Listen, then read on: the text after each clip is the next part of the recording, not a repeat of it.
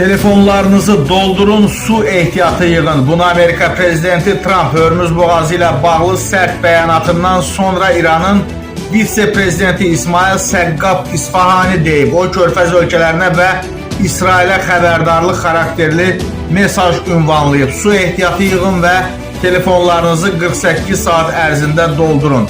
İsfahaninin sözlərinə görə bölgədə baş verən hadisələr Amerikaya təzyiqi artırır və mümkün qarşıdurma daha geniş nəticələr doğura bilər. İran rəsmisi həmçinin iddia edib ki, ölkəsinin İsrail və Amerikaya məxsus infrastruktur obyektlərinə mümkün cavab addımları Vaşinqtona əlavə təzyiq yaradacaq. İranın birinci vitse-prezidenti Məhəmməd Rıza Arif də məsələ ilə bağlı xəbərdarlıq edib və qeyd edib ki, İran infrastrukturuna ediləcək hər hansı hücum regionda geniş miqyaslı elektrik kəsintilərinə səbəb ola bilər. Qeyd edək ki, Amerika Prezidenti Trump daha əvvəl İranı Hörmüz boğazını 48 saat ərzində təhlükəsiz və açıq vəziyyətə gətirməyə çağırıb. O, əks halda Amerikanın İranın elektrik stansiyalarını hədəf ala biləcəyini bildirib.